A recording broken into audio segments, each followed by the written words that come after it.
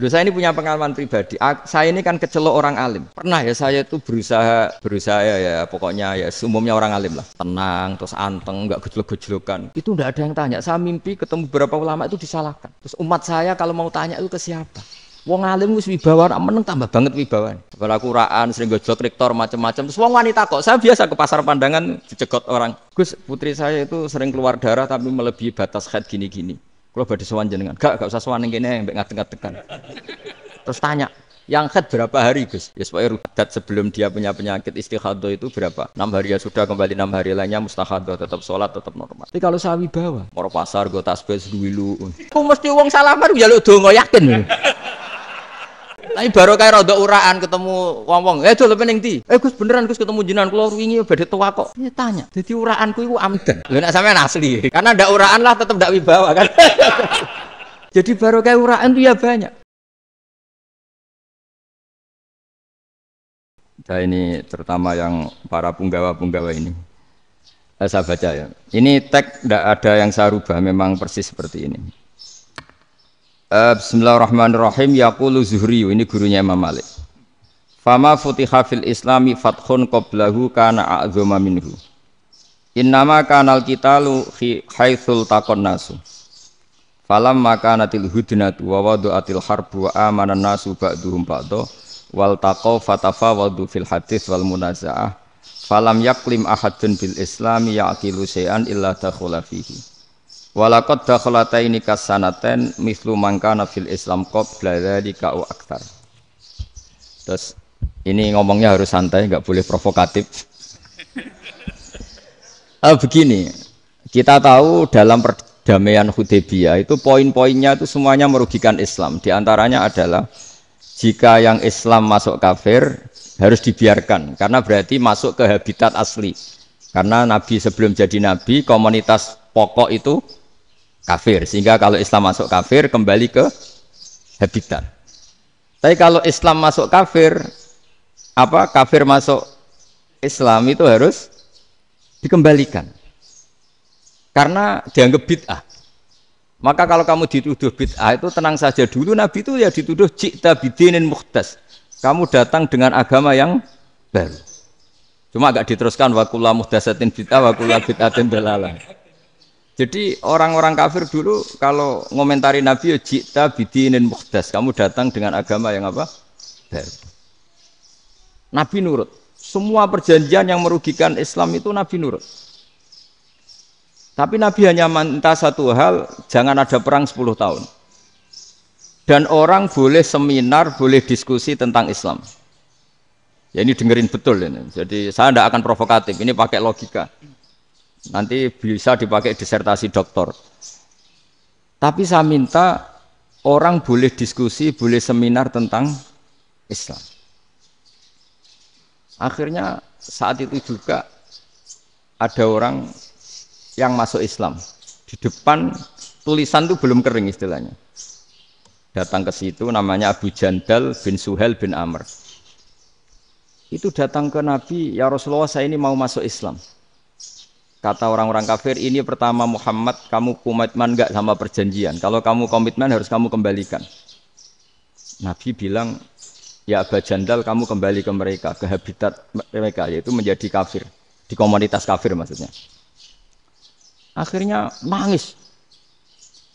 Umar, Sayyidina Umar itu, mendekati Abu Jandal, kemudian memberi isyarat supaya ngambil pedangnya.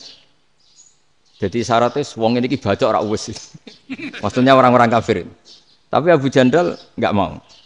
Singkat cerita akhirnya kembali ke komunitas kafir. Tapi yang dikatakan Imam Zuhri cara analisis. Ini enggak bisa pakai provokatif, harus pakai analisis. Innama kanal qitalu haitsul taqon nasu. Yang namanya perang itu menjadikan orang enggak berpikir jernih. Ini poin yang diambil oleh Rasulullah. Kalau dibahasakan Nabi curi kesempatan, masuk Nabi dikatakan mencuri, meskipun itu hanya bahasa ya. Enggak mungkin lah kita bahasakan seperti itu. Saya ulang lagi ya. Kenapa ada perang berkesinambungan? Sampai tahun ke-8 Hijriah. Mulai tahun kedua ada perang Badar, sampai tahun 8 Hijriah itu perang terus. Nabi sama orang kafir perang terus. Akibatnya apa Pak Profesor? Namanya perang itu ya nggak kau bermikir. Pokoknya agar ketemu Islam perang, Islam ketemu kafir perang nggak kau bermikir. Padahal Islam itu bisa diterima oleh akal sehat, harus lewat diskusi, lewat pengamatan, lewat pemikiran, lewat pengendapan berpikir. Makanya Nabi tahu ini masalah besar. Kalau orang perang terus, itu gak kober mikir Islam, tidak sempat diskusi tentang Islam. Makanya Nabi hanya minta satu poin. Oke, perjanjian ini saya turutin semua, tapi saya minta orang kafir semuanya boleh mendiskusikan Islam, boleh seminar tentang Islam. Mereka bilang iya, pada pikiran mereka kan diskusi paling piye. Ternyata betul, ada diskusi. Terus temanya gini, kira-kira bener di Muhammad Abu Jahal. Terus Tuhan Muhammad sama Tuhan Abu Jahal itu keren mana? Diskusi. Tuhan Muhammad itu khaliqus samawati wal ardi, yang menciptakan langit bumi. Sebagaimana kampanyenya Muhammad. Ya mereka masih jangkar bilang Muhammad. Kalau Tuhan kita, ya berhala itu yang kita bikin, yang kadang rusak, yang kadang kudanan, terus lemutan, pokoknya terus diskusi. Kita kok bener pengirannya Muhammad. Terus Muhammad Abu Jahal. Mulai dhisik Muhammad itu ratau bodoh nih. Mulai dulu Muhammad tuh gak pernah bohong. Abu Jahal, waduh, wis bodoh nih ngongkonan. wis ribet kan? Dan semua diskusi itu mengarah ke kebenaran Islam. Akhirnya ngomong kafir sing tokoh-tokoh yo cara Jawa yo. Wah, semane jebule masalah ini kan. Artinya gini, kalau kita ingin Indonesia damai, sebenarnya yang untung itu Islam. Karena Tuhan yang menciptakan langit dan bumi tentu gak akan diperbandingkan atau akan dikalahkan oleh Tuhan yang lahirnya saja sudah di bumi. Misalnya kita menjual Tuhan Allah, siapa itu yang menciptakan langit bumi, yang ada sebelum langit bumi? Bandingkan dengan Tuhan yang lahirnya di bumi. Ada tanggal lahirnya, ada aktenya, itu kan sudah ribet kan? Begitu juga kalau memperbandingkan tokoh. Muhammad itu siapa? Tokoh yang bisa menyatukan pan-Arabik, tokoh yang begini-begini, yang sayang istri, sayang keluarga. Dibandingkan dengan tokoh Abu Jahal, Abu Lahab yang corong jauh penggaweannya yang ngerugikan orang lain. Akhirnya orang itu mulai tertarik sama Islam. Makanya kata Az-Zuhri, pakai bahasa dulu, falam yaklim ahadun bil Islam. Tapi kalau sekarang yang populer itu bahasa yatakallam. Sebenarnya yang benar itu bahasa kalimah yaklimu kalaman, karena masdarnya itu kalam, berarti sulasi nopo mujarrad. Tapi di fi'ilnya itu mujarradnya enggak kelaku. Jadi di fi'ilnya takallama ya takallamu, tapi untuk masdarnya yang kelaku kalaman. Jadi ini agak unik, agak enggak lazim. Sebenarnya kan takallama ya takallamu takalluman, tapi di masdarnya kalam populer, tapi di fi'ilnya tidak populer. Saya teruskan ya. Ini penting sekali. Jadi menjual Islam, kalau boleh dibahasakan menjual, itu tetap enak dalam kondisi damai. Karena kalau kita perang, itu bawaannya kalau ketemu ya perang. Kalau ketemu perang, sehingga orang itu rakober diskusi loh. Saat benernya Islam sampai kafir itu bener di. Karena tidak kober diskusi, tidak sempat diskusi, orang yang milih yang kafir. Karena yang mayoritas yang kuat. Sementara Islam zaman itu lemah. Lah Nabi itu yang diminta hudnah, yang penting kita damai. Terus orang boleh mendiskusikan benar mana kita dan mereka. Ya setelah diskusi ya tadi kan nggak mungkin Allah yang begitu keren hebat pencipta langit bumi dibandingkan berhala yang mengurus dirinya sendiri saja tidak bisa. Walhasil terus orang mulai tertarik sama Islam dan aturannya nggak boleh dilarang diskusi itu. Nah makanya saya pernah ditanya beberapa profesor di Jogja, Gus suatu saat kalau kampus paling keren di Jogja ini ada Islamic Studies, kemudian pengajarnya dari berbagai agama, ini riskan nggak bagi Islam? Saya jawab, asal yang didiskusikan Islam itu nggak masalah. Yang repot itu nak umat Islam. Karena kalau umat Islam yang jadi percontohan, banyak raja yang dolim, banyak pemimpin Muslim yang dolim, terus identik dengan Islam itu jadi dolim kan ribet. Ya kalau pas umat Islam, kalau Islam yang kumat kan jadi masalah kan. Nah, ini kan terus jadi beda umat Islam sama Islam yang lagi apa? Kumat. Singkat cerita terus Islam mendapat posisi yang luar biasa. Nah makanya di sini diistilahkan falam makanatil hudnah, ketika ada perdamaian wa amanan nasu ba'dum ba'do, orang merasa aman, itu fatafawadu fil hadis wal munazaah. Mereka berdebat, munazaah itu berdebat. Keren mana konsep Muhammad dengan konsep Abu Jahal? Keren mana konsep Tuhannya Muhammad dengan Tuhan kita? Terus diskusi dan mereka akhirnya ikrar, wah yang benar ya Muhammad lah. Di mana-mana Tuhan tuh ya sebelum langit dan bumi, di mana-mana Tuhan ya punya reputasi menciptakan. Masa Tuhan reputasinya diciptakan, kayak berhala dan sebagainya. Ibadah juga gitu. Ibadah wong kafir itu kalau tawaf itu telanjang, ibadah Muhammad santun pakai pakaian, terus akhirnya mereka mulai tertarik Islam. Sehingga saya lihat di beberapa tafsir, saya memang tidak akan ngomong yang tidak serius, ngergani Unisba ben sawangane pemikir serius. Di Quran itu sampean lihat di tafsir Tobari itu ada ayat bal naqzifu bil haqqi 'alal batil fayadmaghuhu fa idza huwa zahid. Qadzafa itu kalau di kamus tak lihat itu takallama bila dalilin. Qadzafa itu ya pokoknya sekenanya. Artinya gini, kebenaran Islam atau kebenaran hak itu kamu taruh sekenanya saja itu tetap menang. Apalagi kamu taruh secara teratur, kamu taruh sekenanya saja itu tetap menang. Sehingga di sini banyak sahabat yang hidup di Cina. Sekarang juga banyak orang alim yang milih hidup di Amerika, banyak orang alim yang milih hidup di Inggris. Dan mereka pede, percaya diri, karena kebenaran itu kamu letakkan di mana saja, itu tetap akan menang, akan menemukan momentum kemenangannya. Misalnya gini, contoh paling gampang.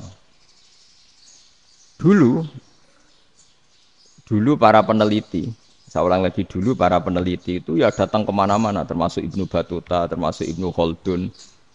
Ya semua peneliti itu suka neliti. Setelah diteliti, Quran itu satu-satunya kitab suci yang membicarakan sains, misalnya tentang falak, tentang astronomi, tentang asal-usul kejadian manusia, kejadian makhluk. Juga bicara tentang geografi, geologis, semuanya. Sementara kitab lain hanya cerita tentang mawaid wal hikam wal ibar. Jadi diteliti kayak apa, pada akhirnya hak ini yang menang. Bal naqdhifu bil haqqi 'alal batil fayadmaghu fa idza huwa zahid. Saya berkali-kali cerita, ada ulama yang ahli matematika. Ketika ditanya kenapa kamu suka ngajar matematika, sampai muridnya itu ragu, ini guruku mlebu swarga ta ora, penggaweane mulang matematika. Tapi para muridnya bermimpi bahwa Imam Amudi itu disuruh ngajar para malaikat. Dan itu pede betul dia. Kata Allah, ini ulama saya yang iman kepada saya setingkat iman kamu. Jadi malaikat itu tidak mungkin Gusti kita menyaksikan langsung engkau sementara ini di bumi, nggak nyaksikan jenengan. Kenapa bisa sepede dan seyakin itu? Akhirnya Imam Amudi disuruh ngajarin matematika.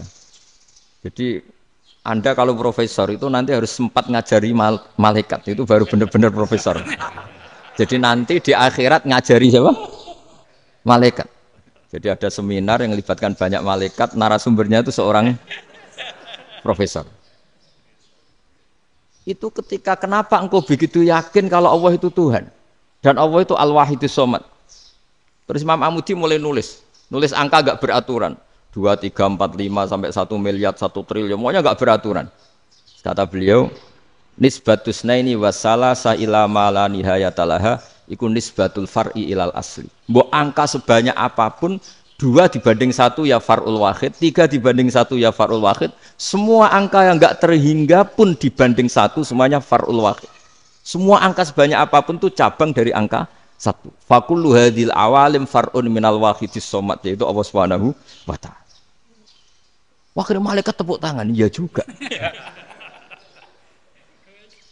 Jadi begitu juga ada ulama itu ahli gambar.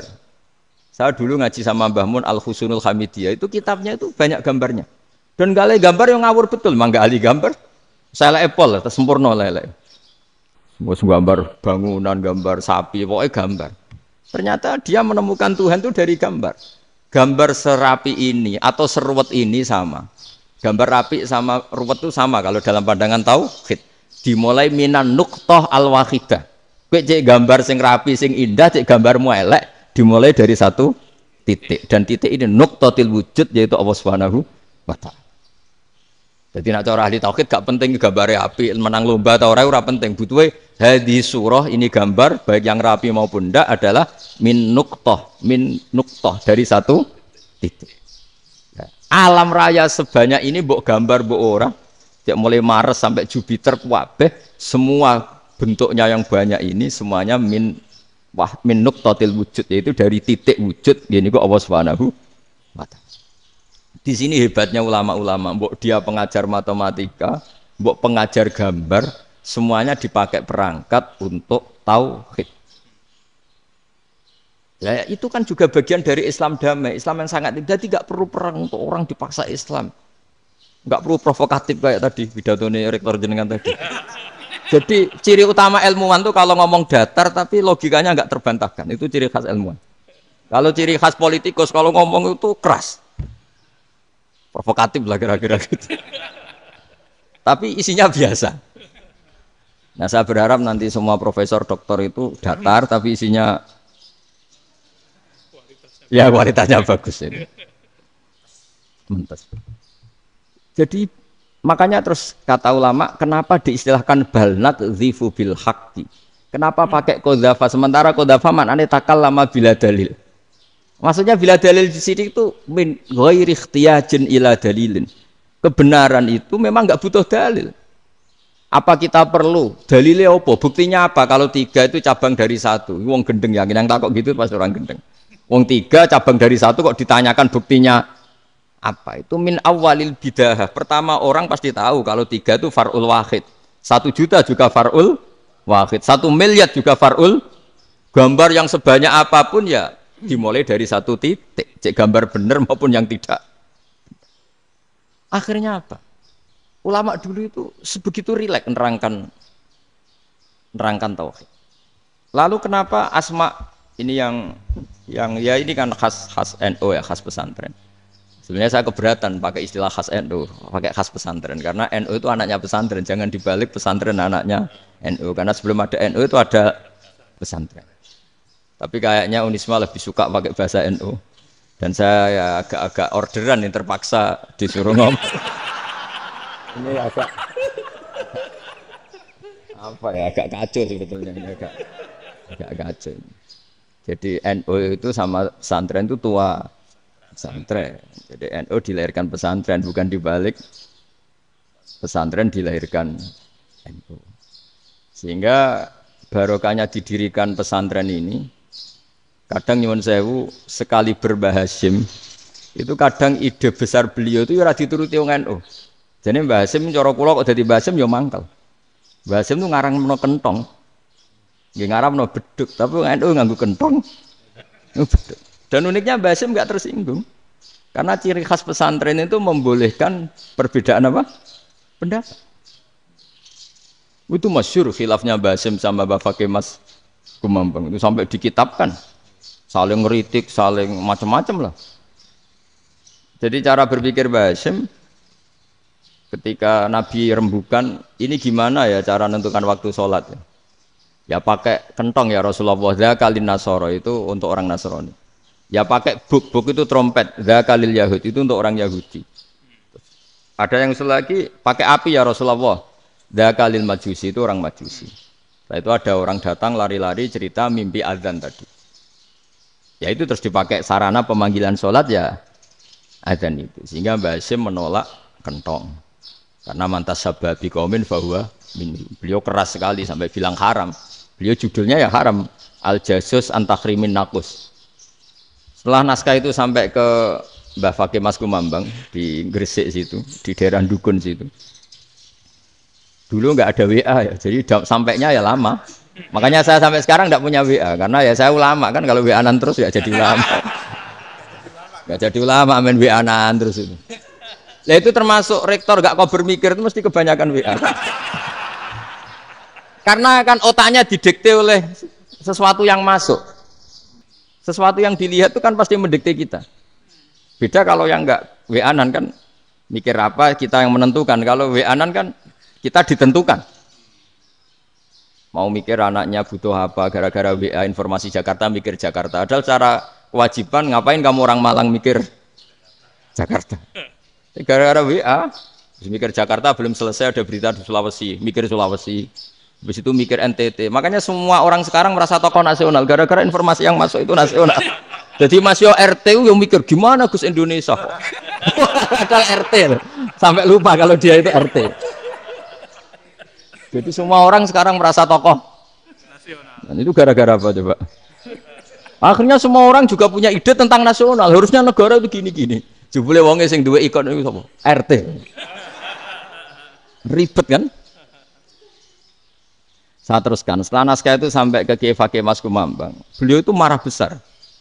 Ini harus dilawan dan saya bukan karena benci Mbah Hasyim. Beliau teman saya ketika ngaji Kiai Mahfud di Mekah. Jadi Mbah Fakih dan Kiai Hasyim itu teman ketika ngaji di Mekah. Cara ngelawan tuh lucu. Lucu. Gak ilmiah tapi gak ilmiah wong alim tetap ilmiah. Di mana-mana serupa itu tidak sama.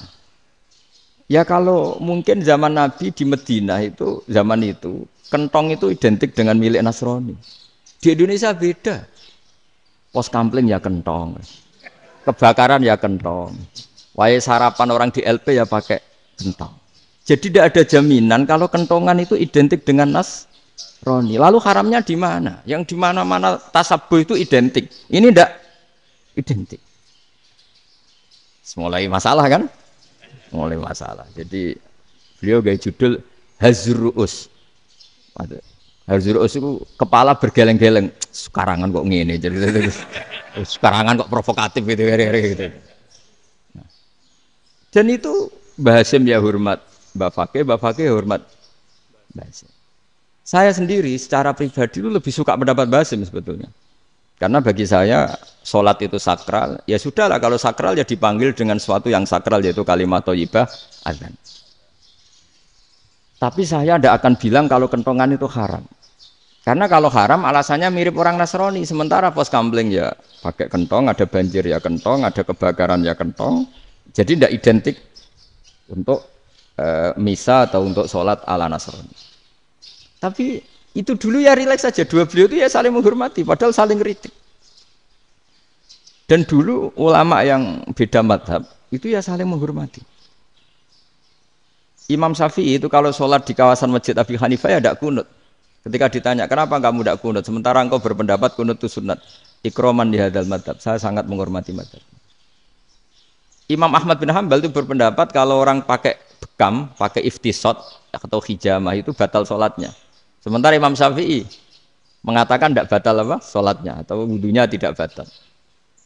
Tapi Imam Ahmad itu ditanya, apa kamu makmum Syafi'i? Bagaimana mungkin saya tidak makmum sama wali kutub seperti Imam Syafi'i? Padahal menurut keyakinan Imam Ahmad ini sholatnya batal. Ini habis ikhtijam udah wudu. Tapi tetap saja beliau. Karena perbedaan pendapat di furu' itu lazim. Ya orang boleh berdebat. Ketika Unisma datangkan saya, itu saking senengnya kiai, saking sombongnya sampai ngatur kiai. Kan nggak pernah bisa diperdebatkan. Itu kan orang boleh debat kan. Itu saking angkuhnya apa saking senengnya kan nggak jelas kan. Kan dan orang boleh setuju pendapat saya, yaitu ngatur kiai itu haram. Setuju juga Pak Rektor, ekspresi mahabbah itu ya macam-macam. Dulu sahabat ya gitu, sahabat itu ada yang nggak kenal wajahnya Nabi sama sekali sampai akhir hayatnya. Ketika ditanya, lo kamu itu sahabat kok nggak tahu wajahnya Nabi? Saya tidak pernah berani memandang Nabi karena ijlalan Nabi, terlalu menghormati saya sehingga tidak berani memandang wajahnya. Ada sahabat yang penggawaannya dulu wajah Nabi. Sampai bisa nyifati alfiu faminunil hajib sampai bisa nyifati detail karena delok wajah Nabi itu ibadah. Ada seorang wali ditanya, kalau kamu di surga ingin enggak melihat Allah? Enggak. Loh, tapi semua orang ingin melihat Allah. Unazzihu dzalikal jamal an-nadhari misli. Ben gak elek-elek Allah tak delok terima aku. Wong ra jelas. Berarti kok delok pengiran. Banyak. Jadi justru tapi karena saking takzimnya.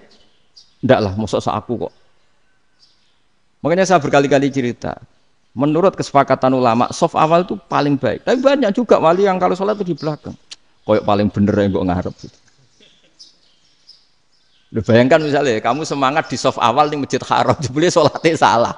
Itu dari malaikat, gayanya kok ngarep, jebule raro. Itu kan di sini-sini wong, jebule bodoh gitu.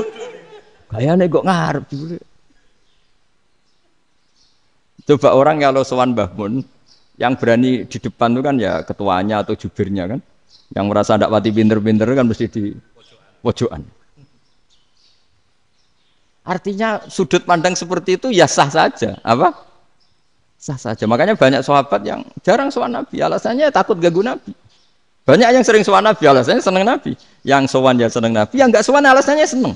Lu Nabi itu tokoh, punya keluarga, punya anak. Kalau saya sering sowan berarti sering ganggu. Yang sering sowan dia alasan ini khazanah kita harus istifadah. Jadi zaman dulu dia biasa dua sahabat, yang satu milih mahabbah itu milih sering sowan, yang satu juga mahabbah milih tidak sering. Karena pertanyaannya bisa dibalik kan, sering sowan apa sering ganggu coba. Nabi Abedar, assalamualaikum. Nabi nimang cucunya, assalamualaikum. Ayo bener yang sowan apa bener yang enggak kalau seperti itu. Akhirnya terus diatur sedemikian rupa oleh Quran. Walau annahum sabaru hatta takhruja ilaihim lakana khairal lahum. Jadi sahabat kalau mau sowan Nabi ya nunggu di sufah. Kalau Nabi keluar berarti milik publik. Sekali masuk ke dalam tidak ada sahabat yang berani sowan. La tadkhulu buyutan nabi illa ayyudzana lakum. Kalau soal sampai masuk dalam harus nunggu dipanggil. Karena sekali Nabi masuk dalam itu milik privat keluarga, milik istrinya, milik cucunya, milik keluarganya. Jadi Nabi sekali keluar ke ruang itu berarti milik publik. Itu terus jalan tengah. Karena kalau langsung masuk, bayangkan saya itu sering menyaksikan Mbah Mun habis ngaji 2,5 jam ngaji Jalalain, baru masuk assalamualaikum, padahal yai mungkin mau ke kamar mandi, mau ini itu. Jadi dulu itu Quran sangat modern, sebelum ada dokter ngatur tamu, rektor ngatur tamu itu Islam sudah modern. Dia kan gak fair kan, misalnya saya ke Unisma harus janjian pakai ini, terus kalau misalnya kesini selonang-selonang kan lucu kan, mentang-mentang kiai terus juga sowan-sowanan selonang-selonang. Padahal kalau kita mau ke mereka pakai protokol. Sering tidak fair dunia ini. Tapi karena aku kiai ra oleh gelo ya sudah. Akhirnya saya memutuskan gak gampang kemana-mana karena itu. Saya sering didatangi ajudannya menteri, Gus mau ada tamu dari Jakarta tanggal ini. Mesti saya bilang, mereka milih tanggal yang mereka kosong. Kok tidak mikir apa pas itu kosong? Tak jawab enggak lah, sebelum diatur bahasanya dan tawaduknya gitu. Akhirnya dibalik, datang lagi, Gus jam dengan kosong apa kita menyesuaikan. Lah itu lagi dia akhlak kata saya. Itu baru punya akhlak kata saya. Bukan masalah gengsi ya. Saya sendiri itu dolan ke alumni itu jarang, karena ya takut. Kiai kan yo nganggur, jam 09.00 nganggur, jam 10 nganggur. Bisa saja alumni itu kerja di pabrik, bisa saja yang latihan ekonomi di pasar. Jika kalau saya datang jam 9, iki kiai sing nilai santri ini, apa kiai sing ganggu santri. Nah karena orang ini melakukan rutin, gak kok berpikir, pokoknya ngono jenenge silaturahim.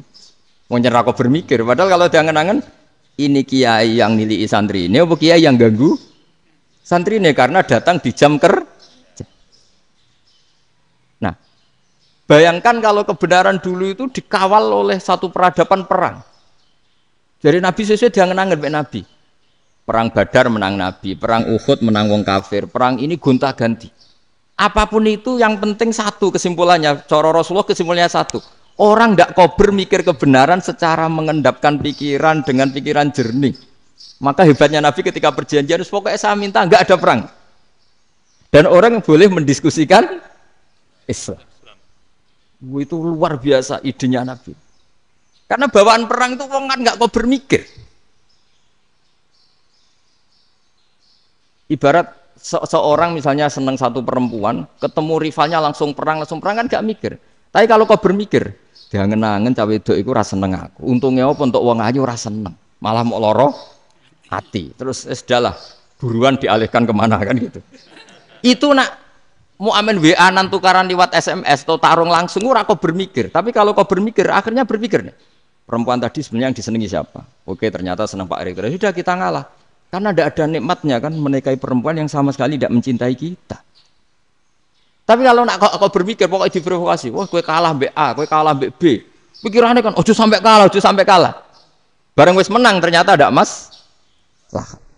Nah bayangkan Islam itu seperti itu dulu, dipertarungkan. Doang Islam itu dinu aklin, agama yang diterima dengan akal sehat. Tapi sekarang ukurannya perang. Sing menang berarti bener, sing menang bener. Kan terus jadi repot. Itu Nabi tidak ingin, makanya Nabi ingin sudah lah, nggak ada perang.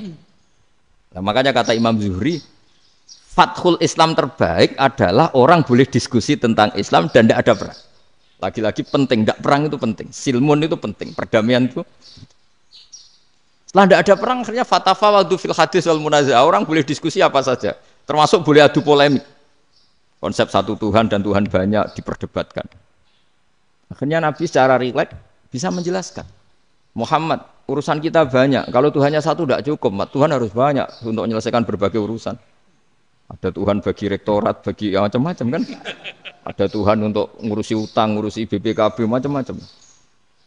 Terus kata Rasulullah, enak saja Nabi jawabnya. Ya kalau kamu punya majikan banyak, perintahnya beda-beda, kamu mangkel enggak, bingung enggak? Ya susah mat, kalau majikannya banyak, perintahnya beda-beda, kita jadi repot. Senang mana? Senang majikan satu. Ya sudah, Tuhanmu itu majikan kamu. Kalau Tuhannya banyak, perintahnya macam-macam, kamu yang repot. Akhirnya sudah mat, Tuhannya satu aja. Nah, itu ya barokahnya diskusi tadi, barokahnya enggak perang. Daraballahu mathalan rajulan fihi syuraka'u mutasyakisuna wa rajulan salamal lirajul hal yastawiyani masalah. Terus alhamdulillah. Jadi orang yang paling kafir pun saat itu taslim. Nah, ini kembali ke kalimat la ilaha illallah. Saya tidak perlu provokatif, pasti teori saya itu benar. Bukan saya bilang benar itu karena sombong, enggak. Ini sesuai teks. Misalnya begini. Benar enggak kelompok takfiri yang suka ngafirkan orang lain? Itu pasti tidak benar. Logikanya gampang. Orang yang kafir 70 tahun saja dengan melafadzkan la ilaha illallah menjadi muslim. Masa dengan kalimat yang sama yang muslim menjadi kafir? Itu logikanya kan enggak ketemu. Orang kafir 70 tahun untuk menjadi muslim disuruh baca apa? La ilaha illallah. Tapi gara-gara baca la ilaha illallah nyekel patok jadi kafir. Pertanyaannya, loh ini kalimat apa? Kalimat untuk mengkafirkan apa kalimat untuk mengislamkan? Karena yang kafir dengan kalimat itu menjadi Islam, ternyata yang Islam dengan kalimat itu menjadi kafir. Itu ketemu enggak cara logika itu kan enggak ketemu kan? Makanya cara pikirannya Abul Hasan Asyadzili, dan saya setuju pikiran itu. Istighfar ini boleh orang Jawa Timur protes karena kadang beda manhaj, tapi jangan protes saya, protes Abul Hasan Asyadzili kualat mesti sampean. Ketua Torekoh napa? Sadiliyah. Cara madzhab Sadili dan Anda boleh berbeda madzhab, mencari khasnya wong kampus sing wani beda. Beda kapasitas lah pokoknya butuhnya beda. Dan ketok pinter, ketok kritis tuh. Cara madzhab Abul Hasan Asyadzili itu gini Pak Rektor. Jadi istighfar itu baik. Tapi ba'da kamali tauhid, setelah tauhidnya itu benar. Alasan beliau masuk akal. Ketika ada ayat fa'alam annahu la ilaha illallah wastaghfir li dzambik. Bihadil kalimah. Jadi orang boleh istighfar itu setelah tauhidnya benar. Alasannya Abul Hasan Asyadzili begini. Qul lil ladzina kafaru iyantahu yughfar lahum ma qad salaf. Katakan kepada mereka yang kafir, sekali mereka tidak kafir, maka otomatis dosanya masa lalu diampuni. Pertanyaannya, yang bisa menghentikan kekafiran itu kalimat apa? La ilaha illallah. Dengan hanya melafadzkan la ilaha illallah Muhammadur Rasulullah langsung yughfar lahum ma qad salaf, langsung dosanya diampuni. Berarti yang menjadi pengampun dosa lah, penyebab pengampunan itu apa? La ilaha illallah. Itu bahkan orang kafir belum istighfar. Di ayat itu kan Allah enggak mensyaratkan setelah la ilaha illallah istighfar baru diampuni, enggak. Asal la ilaha illallah langsung yughfar lahum ma qad salaf. Saya ulang lagi ya, jelas ya. Jadi kulil ladzina kafaru iyantahu yughfar lahum ma qad. Nah, sekarang iyantahu, mereka berhenti dari kafirnya. Syaratnya pakai apa? La ilaha illallah Muhammadur, itu langsung yughfar lahum ma qad. Artinya apa? Ghufranullah itu bisa didapat hanya dengan mujarrodut tauhid, yaitu hanya dengan melafadzkan kalimat thayyibah. Dan sahnya istighfar juga berdasar kalimat thayyibah itu. Misalnya gini, orang kafir sebelum Islam melafadzkan astaghfirullah, astaghfirullah, astaghfirullah, kira-kira diterima enggak? Enggak kan? Karena syaratnya istighfar ba'dat tauhid. Nah, makanya dalam madzhab Sadili istighfar itu setelah la ilaha illallah. Karena cara pandang ya seperti itu. Jadi fa'alam annahu la ilaha illallah wastaghfir li dzambi. Jadi dengan kebenaran tauhid saja ini sudah cukup kita insya Allah layak diampun. Karena innallaha la yaghfiru ayyusyraka bihi wa yaghfiru ma duna dzalika liman yasha. Jadi orang yang tauhidnya benar itu bisa diampuni Allah asal tauhidnya benar. Itu Allah ngendikan lima yasa wa yaghfiru ma duna dzalika lima yasa. Dawe Imam Suyuti walam yakun liman yastaghfir. Jadi orang yang bertauhid secara benar meskipun gak sempat istighfar itu tetap potensi diampuni. Karena bawaan tauhid itu sudah menjadi layak diampuni. Kayak orang kafir sekali ngelafatkan kalimat tauhid mbok gak istighfar langsung diampuni. Nah, karena melihat seperti itu terus orang berlomba-lomba memperbanyak jumlah ngelafatkan la ilaha illallah. Jadi kita yang alim, kita semua, saya tidak bilang saya, kita, termasuk yang di pinggir-pinggir saya, ngaku alim yang orang masalah lah, soalnya. Kita semua yang alim-alim itu tahu bahwa la ilaha illallah itu super. Sudah bawaannya tauhid, juga punya kelayakan Nah, kemudian nasib kita agak sial. Malah kalimat ini dituduh bid'ah, dituduh khurafat. Mergo Nabi enggak pernah tahlilan, Nabi enggak pernah. Nabi enggak pernah tahlilan kalau diartikan Nabi ora tau maca la ilaha illallah nek gak kalimat ini. Ini provokatif. Jadi ini sudahlah keanehan-keanehan ini kita terima karena ciri utama wali, ciri utama ulama itu wa'udhu fisabili harus pernah disakiti. Jadi kalau Unisma sakit kalau dituduh apa? Dituduh bid'ah itu berarti belum calon ulama. Calon ulama itu wa'udhu fisabili harus disakiti. Jadi kalau kamu disalahpahami itu ya harus santai. Iya, termasuk provokatif tadi. Termasuk diatur tadi itu. Jadi kalau cara berpikir kan, karena mereka itu memang kalau kita turutin itu memenya itu terlalu, kadang menghujat kita itu. Enak ya jadi KNU, ada orang mati datang, kiainya dapat makan, dapat rokok, terus pulang. Gitu. Jadi apa? Terus kita kayak tersangka terus. Kita kan kayak tersangka terus, tertuduh terus. Terus yang orang NU ya memenya juga nggak kalah ekstrimnya. Boleh ya ajaran orang nggak boleh ngasih-ngasih kiai gitu. Berarti boleh dong ajaran kikir. Jadi memang kadang apa ya, cangkem elek lah bahasa kasarnya itu. Itu memang kadang lebih mengenakan kalau kita datang ke acara mayat kan dapat makan, dapat minum. Kalau yang sohibul bed rokok ya dapat rokok. Kalau kiainya dapat wajib, kadang 20.000, kadang 50.000. Terus memenya itu kok setega itu ya ada orang meninggal kok malah kita makan-makan. Seakan-akan kan kultur ini biadab kan gitu. Tapi yang orang NU kebalikan bales. Oh ternyata nggak boleh ya mayat disodakoi. Ternyata nggak boleh ya orang dermawan. Berarti Islam membolehkan medit ya gitu. Yang podo dene kan. Tak angen-angen iku luwih mandi timbang takbir ya. Karena ini kan memicu emosi kan. Memicu apa? Emosi. Nah, tapi saya kalau disuruh bela mana itu tidak ada yang saya bela. Ya seorang sudahlah kalau mau nganggur saja sudah itu. Ya tapi itu memang apa ya? Itu khazanah Islam. Ada yang kritik, ada yang enggak. Ya itu memang khazanah. Ya biasa aja kalau saya biasa. Karena dulu ulama itu sudut pandangnya itu ya seperti itu. Ada yang ulama suka ibadah itu sholat, ada yang milih apa tidur. Sampai Imam Ghazali bilang suatu saat ibadah terbaik di zaman akhir itu tidur kan. Sholat saja kalah sama tidur kan. Tapi itu loh ya, yang wajib tetap loh, terus kamu gak sholat wajib. Begini beliau mencontohkan itu. Ada orang sholat tahajud terus obsesinya itu ingin hajatnya terkabulkan. Sementara yang tidur obsesinya nikmati rahmatnya Allah, boleh tidur, bisa tidur. Kata Imam Ghazali, timbang kita tahajud terus nuntut pangeran aduk turu katanya. Mergo engko dia akibat terus setan memberi bisikan, lho nyatanya kamu tahajud ya gak terkabul. Berarti cerita bahwa Nabi ngendikan kalau doa tahajud mustajab enggak. Daripada ngono kan turu ora tau donga misalnya. Timbang abri-abri Islam ya, timbang elek-elekin apa? Islam. Jadi ulama itu mulai dulu itu sudah berpikir. Banyak orang menjadikan tahajud salat malam itu media untuk hajatnya. Dan kalau enggak kesampaian ini mutung. Nyalahkan kiainya ijazah ramandi. Macam. Daripada ngono ora usah apa? Tahajud turu. Dan jenis kayak ini tuh banyak. Makanya ulama kayak saya itu saenake dhewe itu ya jarak.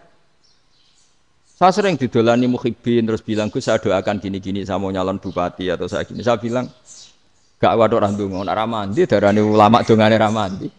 Nak mandi kamu jadi bupati tetap nganggep karena beli. Sopo sing ora roh bupati saya juga beli. Ribet kan? Ketika mereka jadi ngunsurkan doa kamu apa karena kemarin beli? Yang beli maksudnya enggak beli enggak usah tersinggung. Jadi ribet ngadepin. Nggak artinya gini loh, doa itu jangan dipakai begitu loh. Kalau minta nasihat, tak nasihati jadi bupati yang baik, gubernur yang. Kalau minta doa itu resikonya. Akhirnya kiai kalau diminta doa ya doa, sebenarnya diisinya itu enggak doa kemenangan. Itu nggak selamat gitu. Karena ribet. Makanya Islam itu doa itu setelah iman. Aturan iman benar baru doa. Aturan iman benar termasuk Allah itu yaf'alu ma yasha, boleh melakukan yang dikehendaki. Allah enggak boleh terdikte oleh doa kita, enggak boleh. Ya saya ulang lagi ya, madzhab Hasan Asyadzili ini khas kita. Jadi la ilaha illallah itu didahulukan sebelum istighfar. Tapi kebalikannya madzhab Imam Sanusi itu dibalik. La ilaha illallah itu kalimat yang sakral. Karena yang sakral dibutuhkan muqaddimah, yaitu yang melafadzkan harus yang sudah bersih, yang sudah steril baru melafadzkan la ilaha illallah. Maka dalam madzhab Sanusiyah istighfar dulu baru la ilaha illallah. Nah, cara madzhab Abdul Hasan Asyadzili kebalikan, istighfar itu sah setelah sahnya tauhid. Kamu ikut mana tuh? Asyadzili apa Sanusiyah?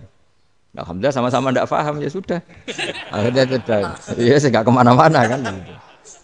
Jadi apa ya? Terus ini saya teruskan ini biar khas pesantren atau khas NU lah. Kalau bahasa Pak Rektor khas NU. Ini Ben sampean tahu beberapa perbedaan itu lazim. Halaman 24. Ya, halaman 24 sama 25. Tak baca, ini masih orisinil. An Sufyan bin Uyainah, ini juga gurunya Imam Syafi'i. Kata Sufyan bin Uyainah, beliau cerita, kana Isa wa Yahya alaihi masalam ya'tiyanil qaryah. Fayas'alu Isa an syirari ahliha. Wa yas'alu Yahya an khiyari ahliha. Jadi Nabi Isa dan Nabi Yahya itu satu generasi, sama-sama masih muda. Kalau di satu kampung yang Nabi Yahya tanya, ini keluarga terbaik siapa? Saya mau nginap di situ. Karena kumpul orang baik itu nyaman.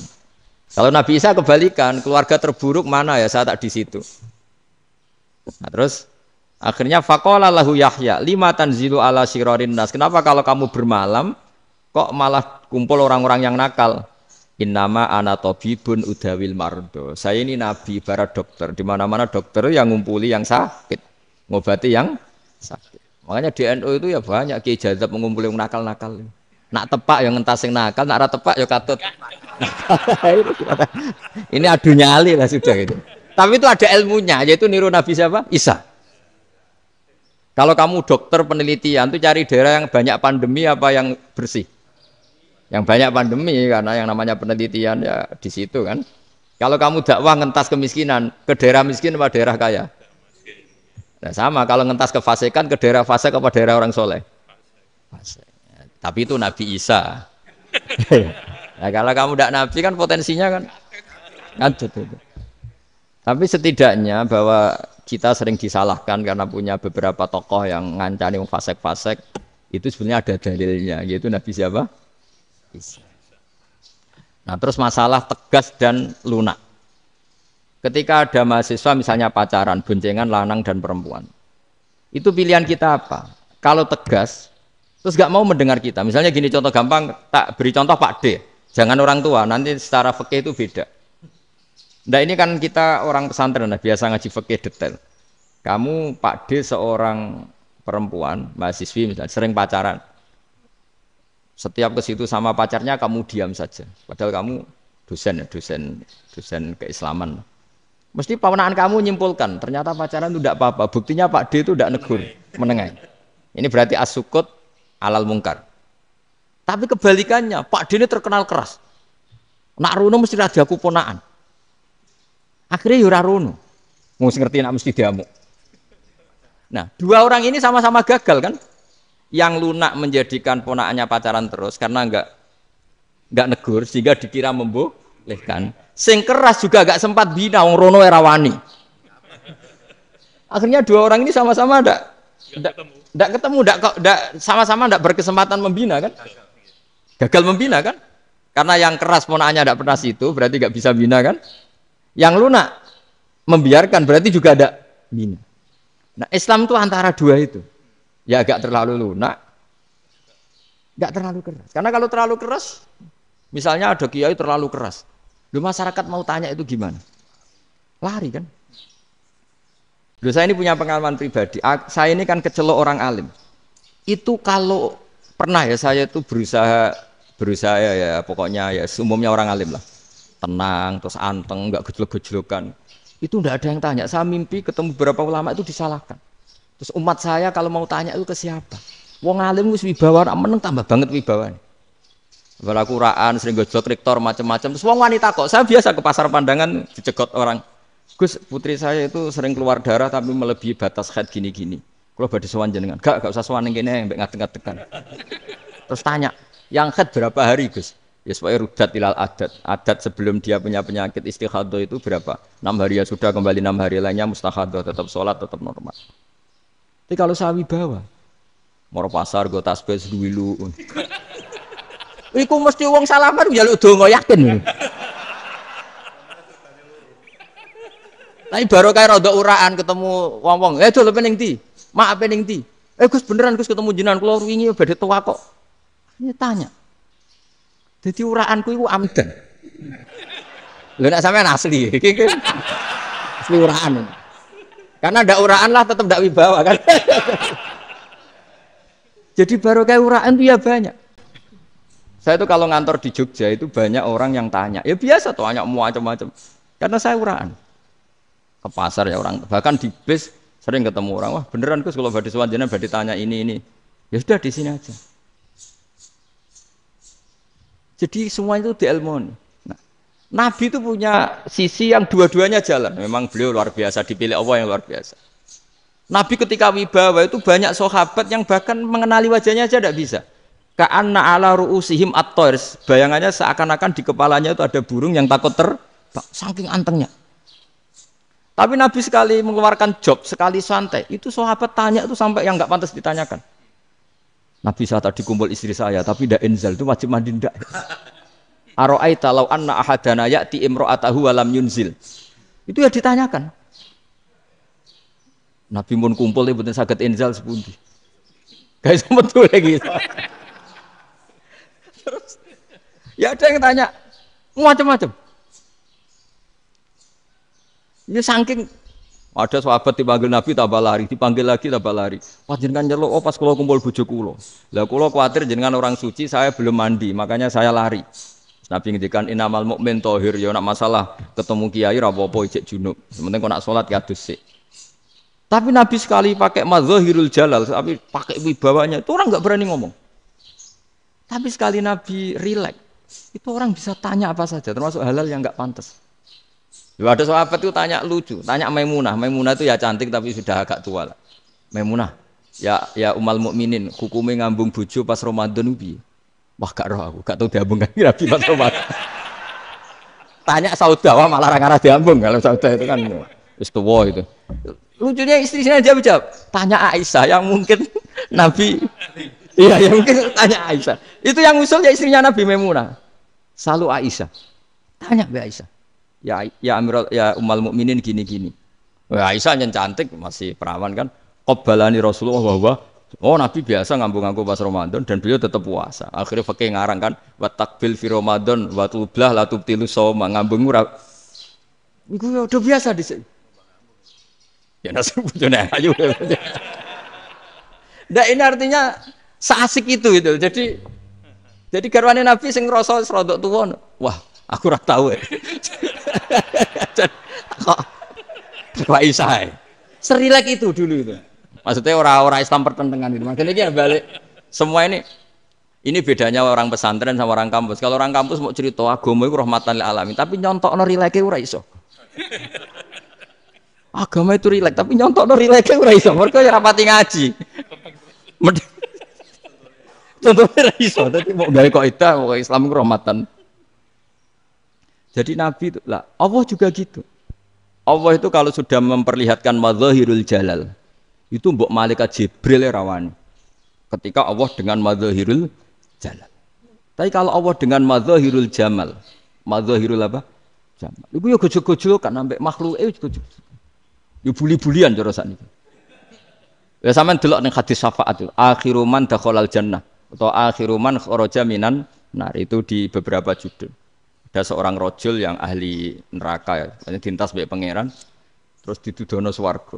Gusti, swarga, sengiler tok ora wong wayu ora, wis wong ngiler tok. Ngerjaluk Gusti mosok roh tok ora oleh mlebu. Jarimu asal mlebu metu kon neraka ora jaluk-jaluk meneh.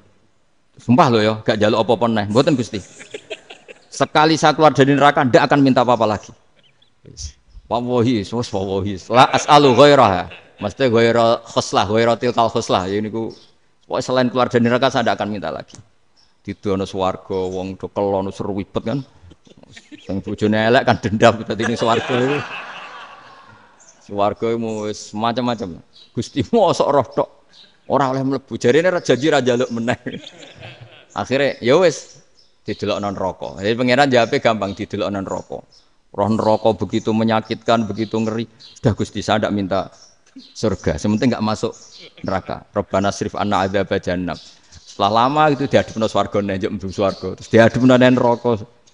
Akhirnya ya sudah. Saiki mlebu swarga gak apa-apa. Iku jawabe lucu. Atas tazyub jenengan ngenyek kula. Engkarwan ra di swarga kok mlebu swarga. Terus akhirnya mlebu swarga, kan mlebu swarga tamanna, sangen-angen sing mbok jaluk apa?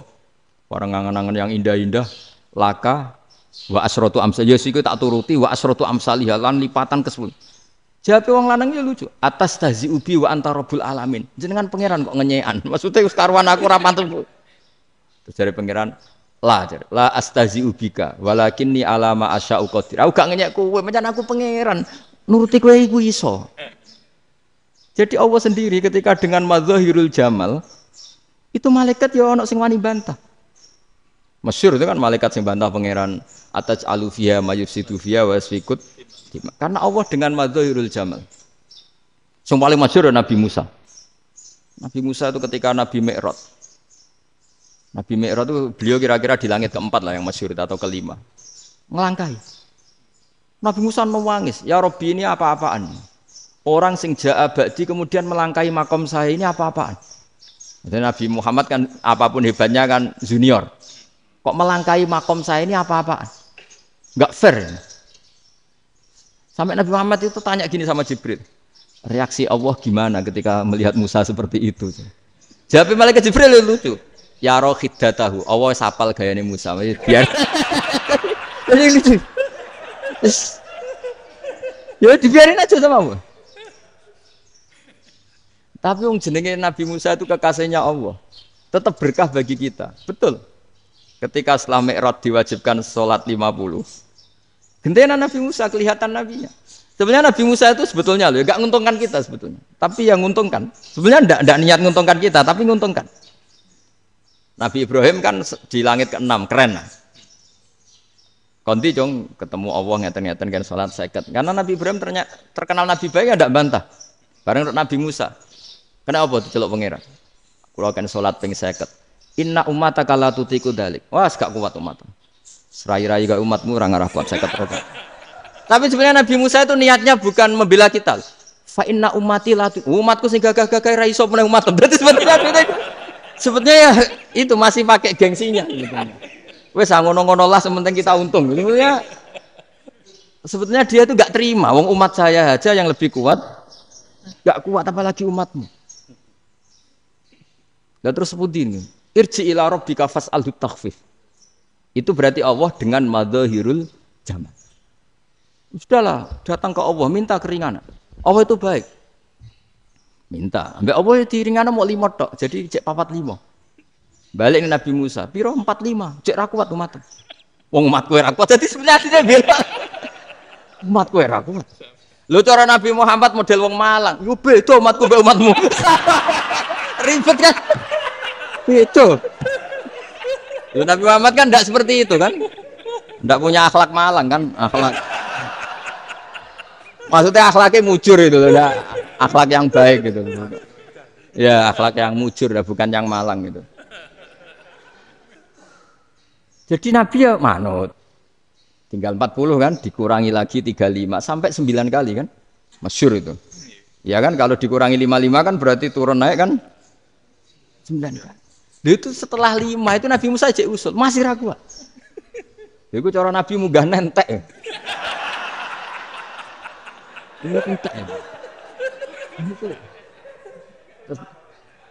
Iya, ada tuntas betul. Bisa bebas. Terus munggah ado-ado lah opo. Ngapain itu?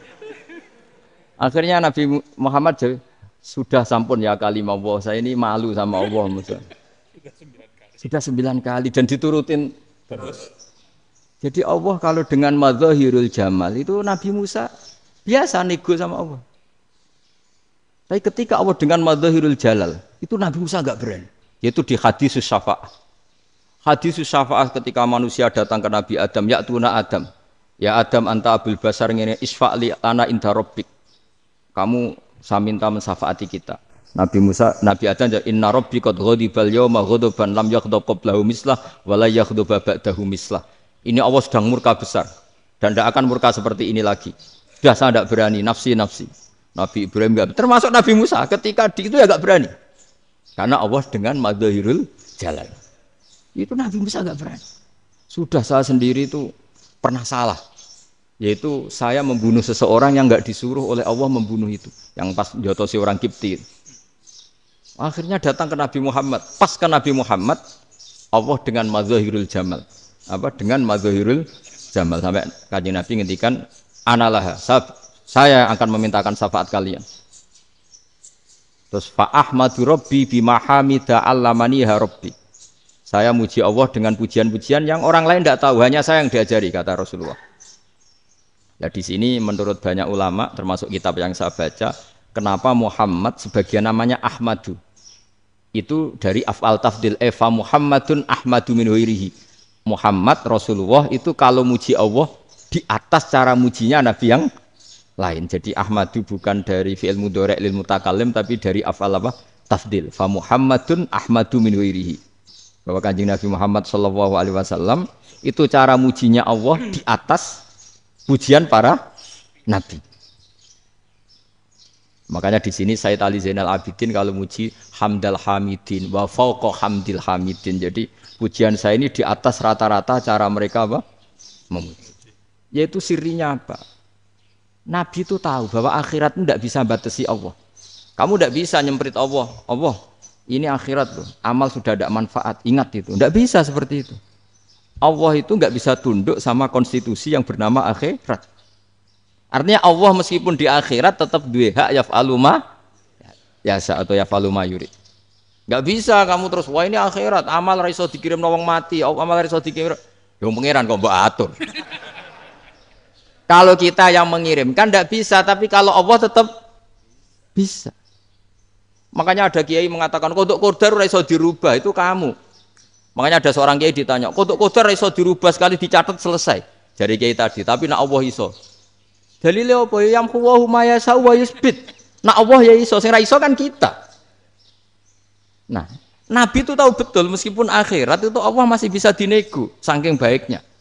Akhirnya Nabi sujud, masyhur itu terus, ya Muhammad irfa' ra'sak wasal tu ta wasatu safa. Semat sirahmu angkat. Kowe yo apa tak turuti. Terus semenjak itu Nabi minta apa? Syafaat.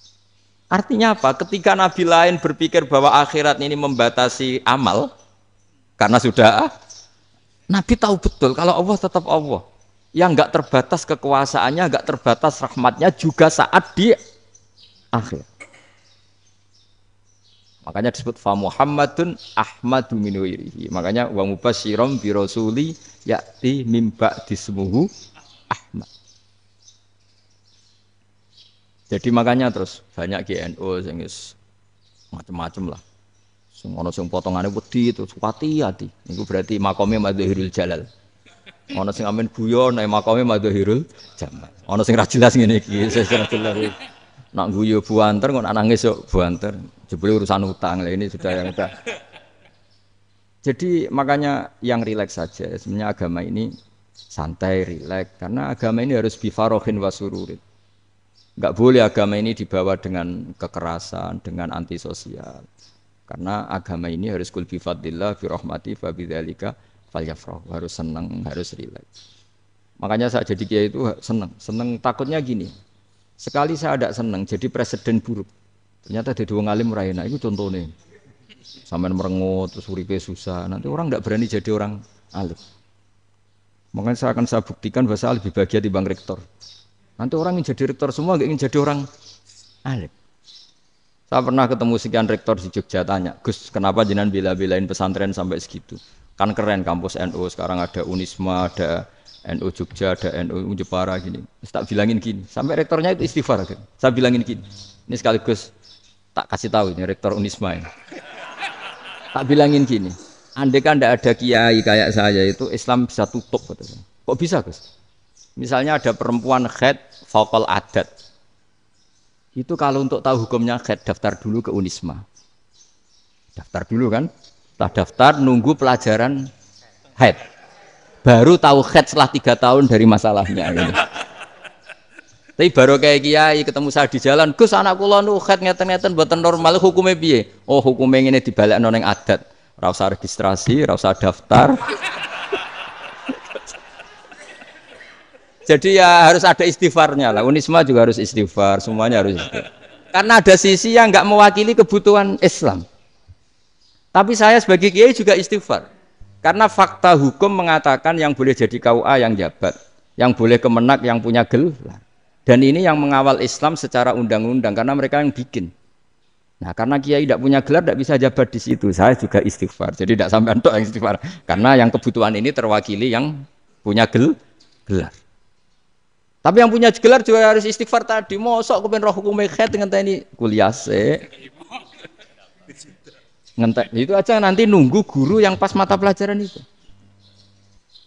Ya, terus kapan dek ini sholatnya? Jawabannya belum ketemu. Tapi baru kayak saya kan ketemu di jalan tanya.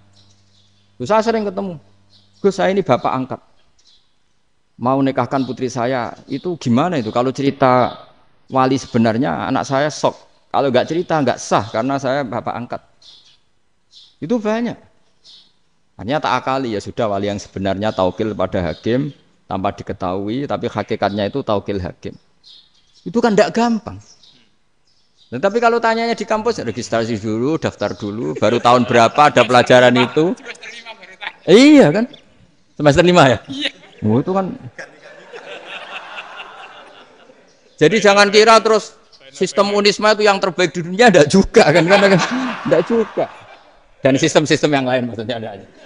Tapi sistem kiai lho, Mbah Mun juga sering pesen saya, kowe kudu seneng pegawai negeri. Piye-piye sing jaga agama pegawai negeri. Kemarin pas acara 7 harinya Gus Roba sama matur itu di depan para kiai. Setelah saya jadi kiai ya itu nyata. Islam di Papua, di NTT yang bawa siapa? Dokter negeri, ya kan? KUA negeri. Barokahnya mereka negeri dijamin negara kan? Barokahnya Muslim berkebutuhan Islam. Akhirnya bikin musola di situ, bikin masjid. Bahkan di Korea Utara itu ya ada masjid bawaan duta besar. Karena banyak duta besar Muslim berkebutuhan masjid. Yang bisa gini itu yang negeri apa yang swasta?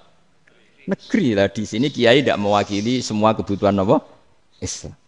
Tapi kampus juga enggak, kampus Islam sekalipun tidak memenuhi semua kebutuhan Islam tadi. Masa orang tanya kan nunggu semester berapa tadi? Semester 5 masih daftar dulu. Nunggu pelajaran itu. Payahnya pas ketemu dosennya, wong saya tidak pernah kan ribet kan? Dosennya cowok gitu. Jadi sudahlah, makanya ini, iya makanya ini kan bentuk kearifan. Jenengan ngakui fungsi kiai kayak saya itu bentuk kearifan. Saya juga ngakui jenengan ini butuh kearifan. Saya sering didolani KUA itu. Itu rata-rata ya didikan kiai. Kompilasi hukum Islam itu banyak ya, janda cantik. Contohnya harus cantik, kalau jelek nggak mungkin terjadi kan. Ada janda cantik kebetulan suka kawin tapi takut zina. Saya ulang lagi suka kawin tapi takut. Itu seringnya gitu Pak Rektor. Jadi dia kawin bosen bilang ke KUA, Pak saya sekarang mau nikah sama ini. Loh, tapi kamu mau punya suami. Ya tapi kan nggak tercatat Pak. Itu KUA-nya rata-rata itu nggak berani. Meskipun nggak tercatat karena secara fikih meskipun nggak tercatat tetap dia seorang perempuan yang bersuami. Maka nggak boleh nikah sama orang lain. Jadi coba kalau nyuwun sewu KUA hanya ngikuti hukum formal yang penting di catatannya nggak punya suami, ya dinikahkan saja kan? Tapi mereka enggak, karena didikan kiai enggak berani. Artinya gini, kalau hanya pro hukum catatan sipil, maka ini dinikahkan bisa, karena enggak tercatat. Tapi secara hukum santri, enggak bisa dong menikahkan perempuan sing dzati zaujin yang punya.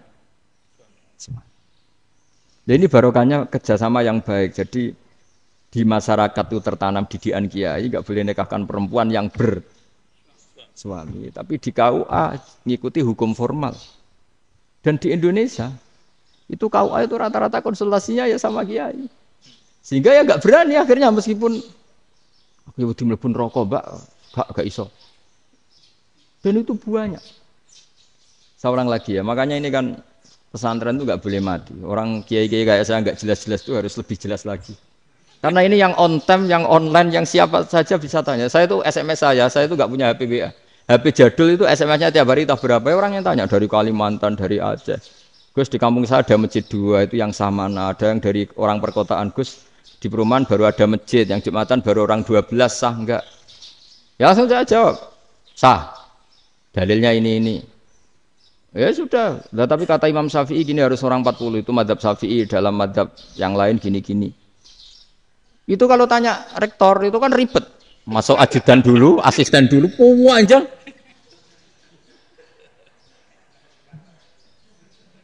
Wah itu kan ribet kan? Manggil dosen dekan VAI dipanggil, dekan VAI nggak mau langsung jawab, cari dosen yang nekuni itu.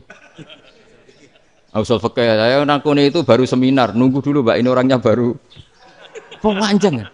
Bisa tutup Islam kalau kesuwen. Coba kalau tanya kiai kan enggak ketemu di jalan. Dulu Mbah Zubair kata Mbah Mun. Saya termasuk santri yang diapresiasi Mbah Mun. Dhisik Mbah Zubair yang ngono, anak nong takok pesuan gak oleh. Gak takok ning kene. Ya biasa ditanya orang ngadeg-adegan. Ya alhamdulillah ilmunya cukup, kalau enggak cukup ya kok sik. Jadi sebetulnya orang sopan itu ya agak-agak ada yang ditutupi sebetulnya. Mboten prayogi teng dalan ngenjang mawon matur. Sebetulnya ya sebenarnya memang ilmunya agak cukup gitu. Tapi itu sebenarnya secara fikih itu haram, menunda itu haram. Ya haram tuh, coba bayangkan ya, kalau tanyanya sekarang, Gus saya ini sudah keluar darah 1 bulan penuh, padahal normalnya hanya 6 hari. Saya nanti sholat enggak? Kalau nginjang mawon dugi kula, berarti kan hari ini belum ada keputusan. Sholat apa enggak kan? Tapi karena modus tadi, boten prayogi nggih ngendikan ngoten teng dalan nginjang tegen kula. Itu kemungkinannya 2, sopan atau goblok, itu saja. Kayaknya kalau sopan enggak lah. Kayaknya enggak lah kata. Karena secara fikih itu jelas haram. Bagaimana mungkin sesuatu yang harus dipraktekkan nanti duhur dijawab besok, berarti duhur, asar sampai subuh belum ada jawaban, berarti enggak ada sholat kan? Makanya dibutuhkan orang-orang alim yang kultural seperti ini, dan NU menghormati kultural. Tapi Mbah Mun juga sangat menghormati Islam formal, karena tadi produk-produk formal itu bisa dilembagakan oleh negara, dan itu kita ikut untung. Makanya Mbah Mun itu kalau punya tamu KUA, punya tamu polisi sampai pejabat itu. Kenapa saya contohkan KUA? Supaya jangan kira seperti pendapat orang-orang hasud, wah ya mesti aja disolani presiden seneng, menteri seneng. Enggak juga. Sebenarnya semua kiai itu mulai KUA sampai polisi, polsek, polres itu seneng semua. Karena sama-sama diajak mengawal bangsa ini, diajak mengayomi semua masyarakat. Tapi kadang-kadang masyarakat ngeritiknya, jenenge kiai disolani menteri ya seneng presiden. Padahal yang sowan kiai itu ya mulai KUA, Kapolsek, kepala desa, RT, Mudin. Itu Mudin kalau tanya ya lucu-lucu. Gus kalau nate nyembelih pitik kemanian, pitike go bedhe. Akhirnya wis ngerti nak kemanian langsung tak sebelah meneh. Terusane ku sah ta ora. Ribet. Ya tak jawab, lah pitike masih ku jek urip to ora? Terus urip Gus. Wis sah cara madzhab Malik kerja urip. Karena itu ada perdebatan antara madzhab Malik dan madzhab Syafi'i. Nah, cara Imam Syafi'i itu agak ketat. Hewan yang punya kehidupan sudah mutharibah, misalnya ayam jago, contohnya harus jago, karena kalau ayam kecil diikhlaskan haram. Jadi yang cilik wae kan gitu. Fikih itu ya, fikihnya orang Indonesia itu pecundang. Kalau ayam kecil gak ditanyakan, mate ra wis. Kalau jago ditabrak truk kejet-kejet. Andai kan gak disembelih pun mesti Mati itu cara madzhab Syafi'i itu haram. Karena penyembelihan ini tidak menjadi penyebab kematian, tapi memang karena kecelakaan tadi. Tapi cara madzhab Imam Malik enggak. Andai kan enggak disembelih, matinya kan 2 menit lagi atau 1 menit lagi. Andai kan enggak disembelih. Berarti mati sekarang itu bawaan pisau apa bawaan kecelakaan? Ya sudah halal gitu caranya. Nah akhirnya ya saya bilang ya sudahlah kita semuanya mati. Jadi cara debat, cara Imam Syafi'i enggak cara berpikir itu sudah tidak kehidupan yang normal. Yang dimana-mana penyembelihan itu mematikan yang hidup normal. Jadi agak ketat. Jika dalam contoh kemanian, kalau dalam bahasa Jawa nyembelih agak sempurna, terus pesonya jatuh atau apa itu, kalau pakai madzhab Syafi'i agak kesulitan. Jadi kalau madzhab Malik asal diselesaikan secara fauron dan juga sebagian madzhab Syafi'i itu halal. Nah orang mesti tanya gitu, Gus. Wedhusku tabrak truk, eman Gus kejet-kejet. Nak pitik cilik ra ditakok. Makanya termasuk kritiknya Mbah Mun, tapi ini madzhabnya Mbah Mun ya. Kamu boleh ikut boleh ndak karena ini urusan ndak penting. Jadi wong-wong lucu, nak ditakoki yuyu muni haram mergo amfibi. Yuyu ngerti sampean? Yuyu. Tapi nak ditakoki kepiting muni halal. Mergo nak yuyu haram gak eman, nak kepiting eman. Padahal alasannya coba, kenapa yuyu haram? Karena amfibi kan bisa di air. Pertanyaannya, kepiting seperti itu enggak? Nah, tapi kepiting kalau haram kan eman. Karena besar kan. Kalau yuyu silahkan haram kan gitu. Artinya apa? Fikih kita ya agak-agak pecundang gitu, agak-agak. Pertimbangan. Iya, ini lucu kan? Kualitatif. Coba alasannya yuyu haram karena apa? Amfibi kan? Hidup 2 alam. Pertanyaannya kepiting seperti itu enggak? Iya. Kenapa? Kalau orang tanya, yuyu haram apa halal? Rata-rata jawab haram. Tapi kalau kepiting mulai khilaf. Loh mestinya kan sama kan? Nah itu. Iya tadi. Saya juga sering melihat tonggo-tonggo itu. Ayam cuwilik sakmene ketabrak truk, enggak ada yang tanya. Tapi saya pernah jalan-jalan di Narukan sini, ono jago ketabrak, sing duwe langsung marani kula, pas saya naik motor, Gus ini halal apa haram? Nak langsung kula sebelah halal apa haram? Wis kanggo kowe halal kanggo halal. Karena saya tahu tak jawab haram mesti kecewa itu. Aduh, kiai ini beratnya. Ya akhirnya ya saya setelah itu Fatihah Imam Syafi'i ngapunten umat kula nu rahasia mangke madhabe jenengan tuh ndak siap. Iya kan akhirnya pakai madhabnya Imam Malik tadi. Ya tak Fatihah Imam Syafi'i ini mboten niat nglawan jenengan. Tapi ngobati tiang eman. Mergo pitike besar itu. Jadi ini kan cerita ya itu makanya yang rileks saja lah bahwa Islam ini yang rileks, yang menyenangkan karena ya agama ini harus menyenangkan. Raditu billahi robba. Raditu itu senang banget, ridho itu puas. Enggak boleh beragama pertuntungan terus emosinan. Ya marem atau raditu itu marem jadi yang nyaman. Ya saya kira demikian. Assalamualaikum warahmatullahi wabarakatuh. Pelajari Pak. Pon, alhamdulillah. Satu aja yang di sini. Oh, satu aja. Nggih, tambah syarat. Jadi mungkin ada satu pertanyaan aja. Satu saja. Bukan keluhan. Ini mumpung Gus Bak pada Madhohirul Jamal. Iya, Madhohirul Jamal. Sebentar lagi sudah Madhohirul Jalal. Jadi gak kena ditakoni. Monggo setunggal mawon. Ya, Pak. Ini ambil. Nggih. Ampun dawa-dawa terus ya, Gus. Ya jaga-jaga ya. Assalamualaikum warahmatullahi wabarakatuh. Saya Fadil, alumni Unisma yang kuliahnya paling lama. Masih di jalanan. Gus, pertama saya muhibin jenengan ngikuti 3 tahun terakhir kayaknya. Sepertinya ketika Mbah Hasyim Asy'ari hadir di tahun 1900-an sampai mendirikan itu kok suasananya sama seperti Gus Baha hadir di tengah-tengah situasi genting Indonesia ini. Saya kira yang memunculkan nama Gus Baha di banyak media online yang saya amati itu malah awalnya dari kelompok bukan kita gitu.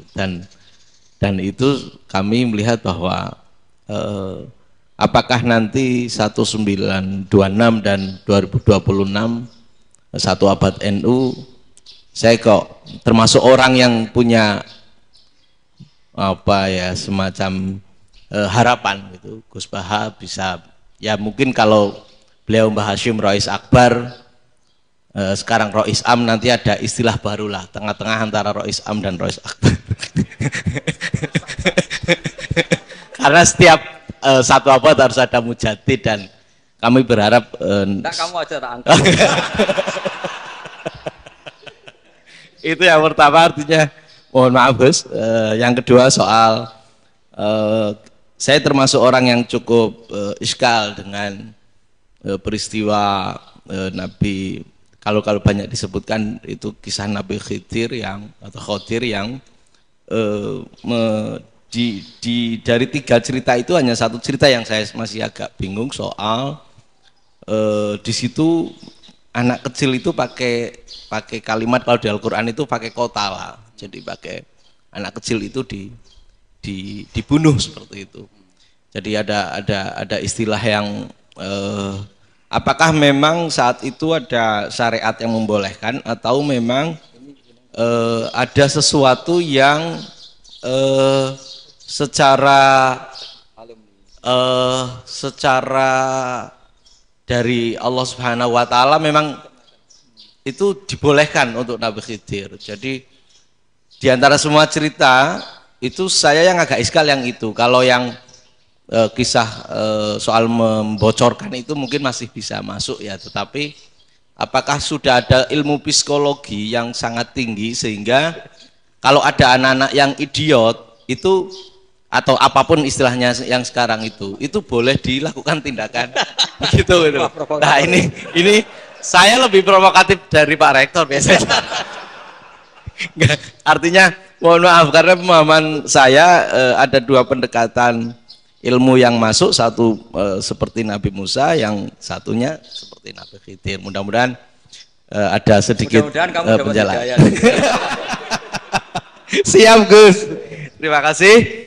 Dan yang terakhir mudah-mudahan karena Indonesia situasi terakhir saya kira kita ketahui lagi pandemi seperti ini Gus, jadi saya juga ingin pendapat Gus Baha, apakah ini situasi pandemi corona itu Allah sedang madhohirul jamal atau madhohirul jalal? Terima kasih. Assalamualaikum warahmatullahi wabarakatuh. Assalamualaikum. Monggo langsung mawon Gus. Ini provokatif ini kayak. Loh di situ aja kamu tanya kok terus mirip. Siapa Fadil ya? Dari peternakan ya? Tapi mau ngomong tafsir itu. Mulai kacau peternakan ngomong tafsir ini mulai. Nah, ini ada yang hafal Quran ngaco, paling enggak setengah hafal. Enggak yang dari Unisma. Enggak begini, ayat itu kan ditutup wama fa'altuhu an amri, ya saya maknani wama fa'altu lan orang nglakoni ingsun hu ing kabeh sing kasebut an amri mergo kepinginanku ingsun. Jadi saya melakukan itu semua bukan karep saya sendiri. Jadi Khadir sendiri itu kamu untung enggak nekuni tafsir. Kalau nekuni tafsir yang kamu soal bukan Nabi Khidir, karena Nabi Khidir itu hanya satu orang. Yang kamu soal harusnya Israel. Wah itu ndak rektor, ndak kiai besar, ndak siapa saja dihabisin itu. Kenapa Israel ndak kamu tegur? Gimana hukumnya qatlul mukmin? Kenapa Israel ndak kamu masukkan ayat wa may yaqtul mu'minam muta'ammidan fajazauhu jahannamu khalidan fi. Ingat ya Israel. Iya kan? Nah, Israel melakukan pembunuhan itu, kadang yang dipateni nyuwun sewu orang soleh betul. Tapi wae kabundut ya. Itu Israel juga tidak atas pilihannya, tapi karena Khadir itu bukan nabi syariat, kira-kira mirip kayak Israil. Karena beliau bukan nabi syariat.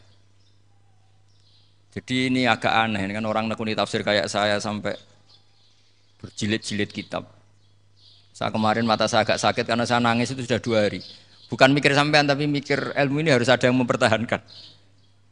Karena apa ya, nekuni ilmu itu kan ribet. Kalau yang nekuni ilmu terus dosen terus rektor itu ya agak ada fasilitasnya. Kalau nekuni ilmu kiai itu naruh keramat kan taqabbala wa minna minkum taqabbal ya karim. Iya, tapi saya alhamdulillah keramat jadi ya tetap hidup itu. Saya ulang lagi ya. Harusnya Mas Fadil itu kalau nekuni itu yang disoal itu Nabi Khidir. Nabi siapa? Apa malaikat siapa? Israel. Karena itu korbannya lebih banyak. Pertanyaannya, Israel kena enggak oleh aturan ayat wa may yaqtul mu'minam muta'ammidan fajazahu? Kan enggak. Karena semua itu wa ma fa'altuhu an amri. Saya lakukan ini. Mungkin ngaji kamu enggak khatam sih mau delok fakotalah itu. Itu Nabi Khidir pasti tersinggung, enggak baca belakangnya itu. Ya karena jurusan peternakan itu. Atau salah gurunya yang ngajar. Daripada nyalakan 1 orang mendingan 2 ya. Jadi kalau ngaji itu khatam, sehingga ngerti ayat itu kan ditutup wa ma fa'altuhu an amri. Nah, menurut Ibnu Hajar Al-Asqalani yang nyarai Bukhari dan ketika itu cerita tafsir ayat itu, wa hadza dalilun ala anna Musa afdhalu minal Khadir. Justru ayat-ayat itu menunjukkan Musa itu lebih utama ketimbang Nabi Khidir. Karena Nabi Khidir monoton melakukan apa saja yang diperintahkan Allah, sementara Musa tetap dengan gugatan syariatnya. Beliau gak terima ada orang main membunuh. Aqtal tanafsan zakiyatan bi ghairi nafs. Laqad ji'ta syai'an nukra. Nah, sur'atu Musa ila nahyil munkar itu menunjukkan beliau Nabi ulil azmi. Jadi Nabi Musa langsung sikap, wah ini tidak benar kamu. Padahal sudah ada perjanjian, kamu tidak boleh bantah. Tapi Nabi Musa lebih ngeboti syariat, lebih memihak syariat, nahi mungkar itu wajib. Justru itu menunjukkan derajatnya Nabi Musa fauqal Khadir. Makanya Nabi Musa tetap gugat, nggak bisa dong, ini nafsan zakiyatan kok kamu bunuh. Maka itu jadi ilmu. Nabi Khidir pada akhirnya nyuwun sewu ya tidak bisa jawab. Makanya beliau menutup wa ma fa'altuhu an amri. Sebenarnya saya sendiri itu ya tidak punya alasan. Jadi kalau Israel kamu tanya, ini gimana ini? Wong melarat mulai cilik, meh sugih mbok pateni. Mbok yo baro ben sempat sugih gitu. Ini kuliah paling lama, urung sempat urip penak. Nah itu kan mbok yo mateni wong kira-kira lah nek wis sempat mapan sempat. Lu andai kan Israel pakai aturan syariat kan mateni orang kan ya dikira-kira lah. Jadi itu tidak ada hubungannya tadi dengan ilmu yang kamu katakan urusan psikologi, anak itu tetap semuanya haram dibunuh, nggak boleh. Ya jadi tetap, makanya ini pentingnya ngaji khatam itu tadi. Jadi pada akhirnya Nabi Khidir itu ada punya alasan, hanya ngendikan wa ma fa'altuhu an amri. Pada akhirnya yang paling pokok yaitu semua ini saya lakukan, saya sendiri itu tidak tahu karena perintah. Jadi untung kamu nggak nyoal Nabi Israel. Kalau nyoal diincem ribet kan. Ini orang tadi pas seminar Gus Bak ngeritik saya. Wah. Jadi itu pinter kamu. Yang kamu soal Nabi Khidir. Jadi enggak itu. Ya kalau nyoal Israel resiko tinggi, resiko tinggi. Tapi yang jelas gitu ya. Makanya tradisi pesantren seperti ini harus terus. Karena yang punya tradisi khatam. Saya tuh kalau ngaji kitab udah khatam tuh tersiksa karena tadi kadang-kadang yang depan-depan tuh tidak jawaban, jawabannya di belakang kan tadi wa ma fa'altuhu an amri. Dzalika ta'wilu ma lam tasti alaihi sabra. Jadi ya sudah kira-kira seperti itu. Wajar kamu tidak sabar, wajar kamu tidak itu memang saya sendiri sebenarnya juga paham itu. Jadi ya, cara basa Jawa deh wajar saya musakira paham. Jadi aku dhewe ku ya ora paham. Wong aku ya mau nglakoni gitu. Jadi sebetulnya sama-sama ada itu kan. Ini wa ma fa'altuhu an amri. Dah ya? Ya, sudah.